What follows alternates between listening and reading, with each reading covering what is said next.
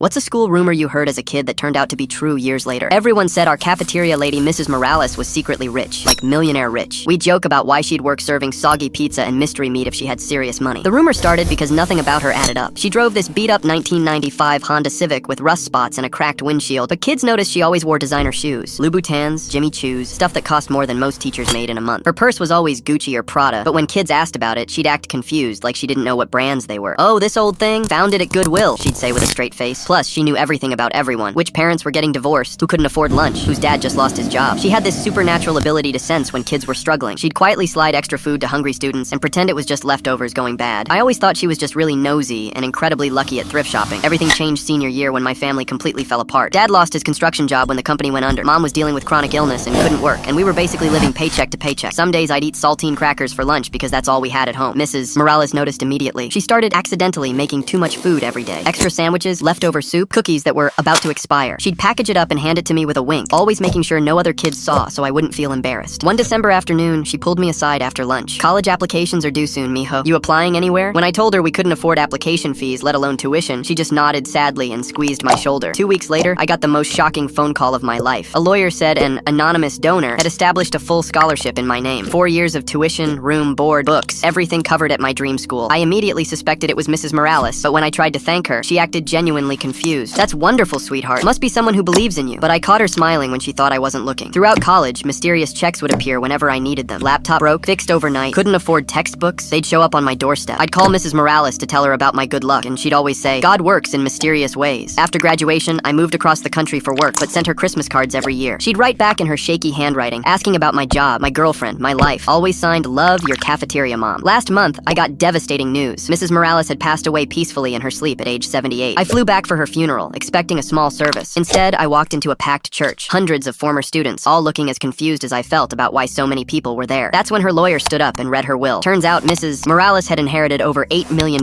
when her wealthy husband died 20 years earlier. She could have lived anywhere, done anything, but she chose to keep working in our school cafeteria because she genuinely loved taking care of kids. The lawyer then read a list of students she'd secretly put through college over the past 2 decades. 47 names total. Mine was the very first one on that list. Through tears, he explained that she'd been quietly paying for everything: tuition, living expenses, emergency funds, for dozens of kids whose families couldn't afford higher education. She made the lawyer promise to keep it secret until after she died because she never wanted gratitude or recognition. She just wanted to make sure no kids' dreams died because of money. I still have her last Christmas card. It says, "So proud of the man you've become. Love, your cafeteria mom." Now I know why her shoes were always so expensive. When you're secretly changing hundreds of lives, you might as well walk in style.